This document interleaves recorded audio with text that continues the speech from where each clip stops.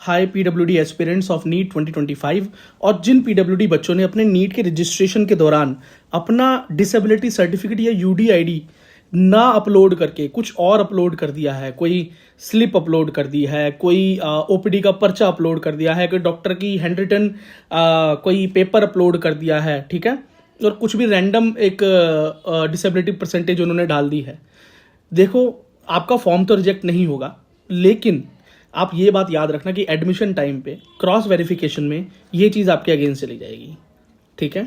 और बेटा 1 मिनट भी ज़्यादा बता रहा हूँ आपकी सीट कैंसिल होने में, तो प्लीज़ बेटा अभी करेक्शन विंडो ओपन है 11 तारीख मार्च तक रात तक, तो प्लीज़ करेक्शन विंडो में ओपन करें और अपना करेक्ट डॉक्यूमेंट वहाँ पर अपलोड करें, करेक्ट परसेंटेज वहाँ पर लिखें।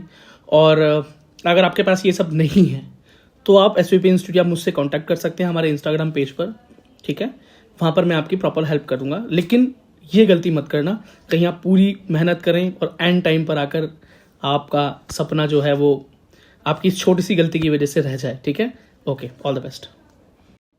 नीट रजिस्ट्रेशन फॉर्म में एक ऑप्शन था कि नंबर ऑफ अटेम्प्ट भरने थे आपको, कि नंबर ऑफ अटेम्प्ट का मतलब कि कितनी बार आप इससे पहले नीट का एग्जाम दे चुके हैं, ठीक है, वो आपको फिल आउट करना था। अच्छा, एक बात मैं यहाँ पर क्लियर कर देता हूँ कि नीट एग्जाम का फॉर्म आपने भरा, लेकिन आप एग्जाम देने अगर नहीं गए तो वो जो है वो काउंट नहीं होगा अटेम्प्ट में।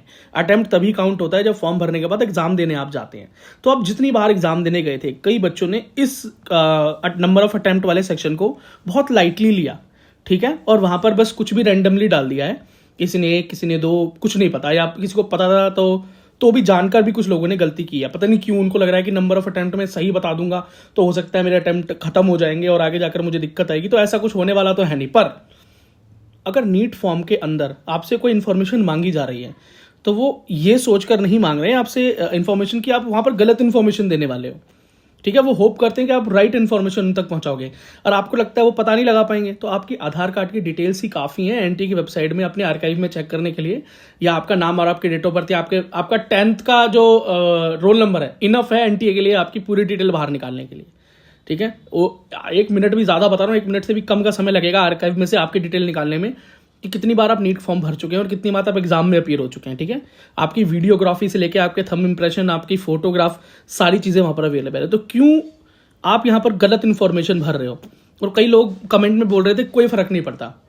बेटा फर्क इसलिए नहीं पड़ता आपको क्योंकि आपने सिर्फ नीट का एग्जाम दिया, आप पास नहीं हो पाए या नंबर नहीं आया, आपका एडमिशन नहीं हुआ, तो कोई फर्क तो पड़ना ही नहीं है ना। फर्क उन बच्चों को पड़ता है जो पूरी मेहनत करने के बाद एंड तक कॉलेज प्रोसेस तक पहुंच जाते हैं। अगर याद रखना एनटीए को थोड़ा सा भी परेशानी हुई और ये नज़र उनकी इस चीज़ पे पड़ गई कि आपने यहाँ पर गलत इन्फॉर्मेशन डाली है, तो माल प्रैक्टिस में डाल के आपके एडमिशन को तुरंत कैंसिल कर देंगे वो, और हो सकता है आपके ऊपर कोई बैन भी लगा दें 1 साल का, परमानेंट तो नहीं यार।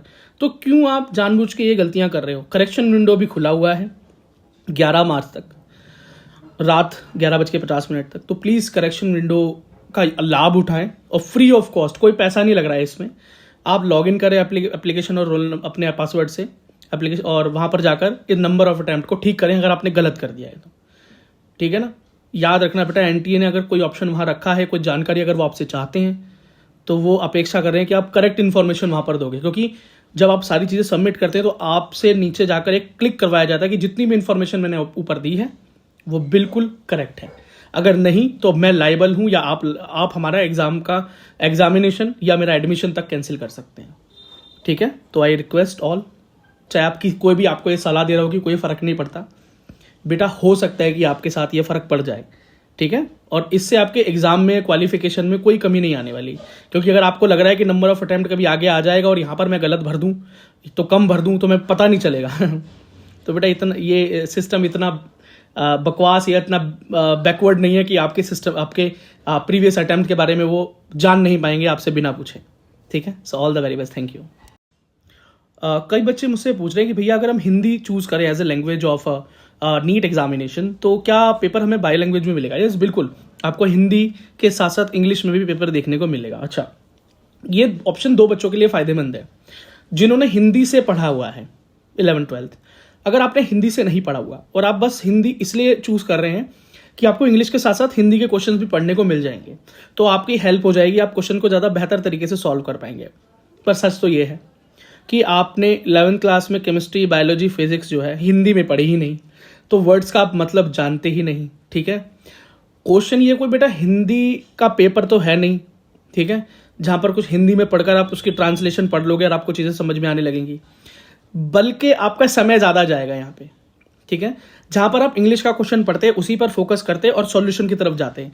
अब आप इंग्लिश का क्वेश्चन पढ़कर हिंदी का सवाल पढ़ेंगे ना, तो आपको हिंदी ही समझ में आने वाली है, क्योंकि बहुत डिफिकल्ट वर्ड्स हैं हिंदी में, ठीक है। तो वो वर्ड्स आपको वहां समझ नहीं आने वाले, तो इंग्लिश का भी नहीं पढ़ा ढंग से, हिंदी का पढ़ने में वहां ध्यान लगाने लगे, तो दोनों तरफ आपने क्वेश्चन में एक्स्ट्रा टाइम लगा दिया।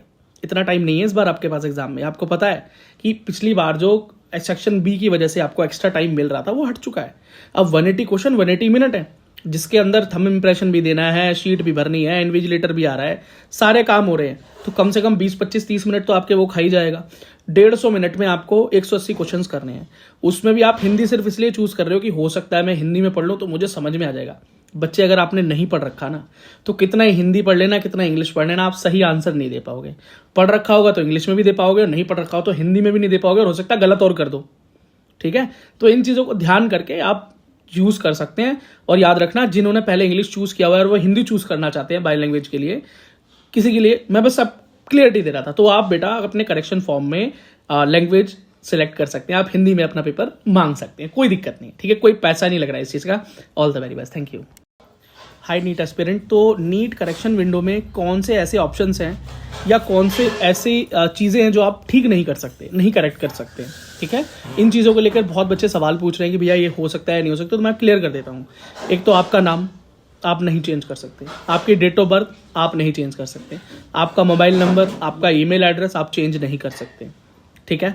फोटोग्राफ, चाहे पासपोर्ट साइज हो चाहे पोस्ट कार्ड साइज हो, आप उसे चेंज नहीं कर सकते। थंब इंप्रेशन आप चेंज नहीं कर सकते, एड्रेस आप चेंज नहीं कर सकते। तो ये वो चीज़ें जो आप चेंज नहीं कर सकते। तो वो कौन सी चीज़ें हैं जो आप करेक्शन विंडो में चेंज कर सकते हैं, जो करेक्शन विंडो खुला है नीट 2025 के लिए 9 मार्च से 11 मार्च तक, ठीक है। तो फादर्स नेम या मदर्स नेम में से कोई एक, उनका ऑक्यूपेशन, बस दोनों में से एक ही चीज़ें ठीक कर सकते हो आप, फादर या मदर, ठीक है। एजुकेशन डिटेल्स आप पूरी तरह से एडिट कर सकते हो, ठीक है। स्टेट ऑफ एलिजिबिलिटी, मतलब जिस स्टेट से आप बिलोंग करते हो आप दोबारा भर सकते हो, ठीक है। एग्जाम का मीडियम आप चेंज कर सकते हो, हिंदी से इंग्लिश कर सकते हो, इंग्लिश से हिंदी कर सकते हो, या अदर जो अवेलेबल लैंग्वेजेस है वहाँ पर आप सेलेक्ट कर सकते हो। एग्जामिनेशन सिटी आप चेंज कर सकते हैं। मान लीजिए आपने पहला सिटी दिल्ली भरा, दूसरा सिटी कुछ और भरा, फिर तीसरा कुछ, मतलब आप चेंज कर सकते हो, ठीक है। पर याद रखना, एग्जाम सिटी बेटा उसी हिसाब से मिलती है जो आपने एड्रेसेस भरे हुए हैं, टेम्पररी और परमानेंट, उसी हिसाब से मिलती हैं। एड्रेस आप चेंज नहीं कर सकते, ठीक है। सिग्नेचर आप चेंज कर सकते हो, ठीक है। सब कैटेगरी या मतलब PWD है अगर आप, तो आप चेंज कर सकते हो, नहीं है तो नो कर सकते हो तो येस कर सकते हो, ठीक है। नंबर ऑफ अटेम्प्ट, नीट में आपने कितनी बार पेपर दिया है नीट का इससे पहले, वो आपको आप चेंज कर सकते हो अगर आपने पहले गलत भर दिया था। सही से भरना, कुछ भी चीज़ें गलत मत डालना, याद रखना आपके अगेंस्ट यूज हो सकती हैं चीज़ें।